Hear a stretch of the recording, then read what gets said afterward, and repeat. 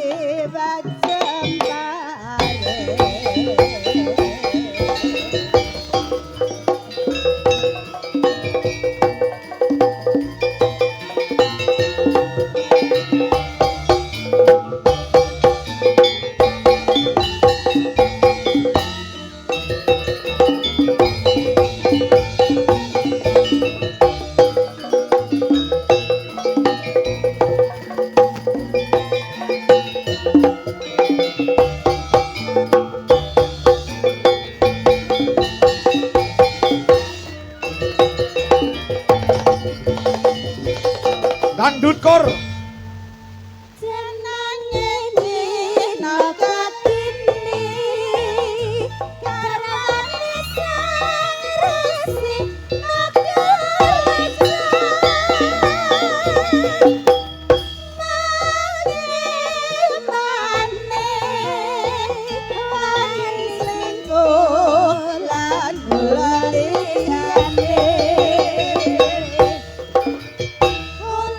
Tanpa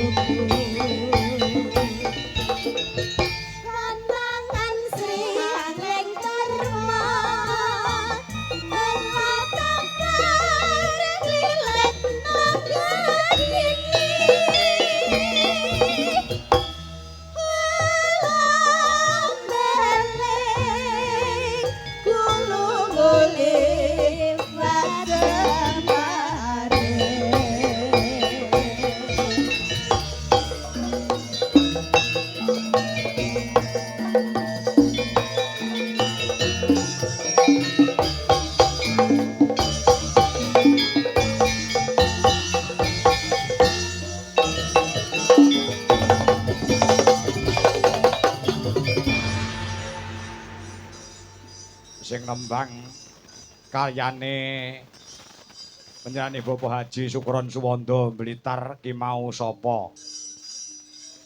Ingkang setunggal menika Ibu Dwi Kurniawati, pesinden sing pernah kondang pada zamannya dulu. Oh, ngono. Ya.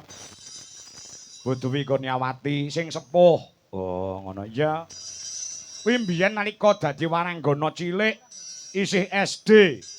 Tekane SMP pernah melanglang buana. Oh, ngono. Ah, ya nderek almarhum Pak Mantep, ya nderek almarhum Pak Anom Surata. Panjenengane Bapak Sunaryo, ya Pak Surono, pokoke dalang-dalang seluruh Jawa Timur lan Jawa Tengah wis nate didereki dening Bu Dwi Kurniawati. Oh, ngono. Ya. Dadi tau kondang pada zamannya, heeh. Saiki dadi tumpakane dalange. Oh, ngono ya. Ya, terus sing siji wis tidak asing lagi tumrap warga masyarakat di seluruh Indonesia. Ya.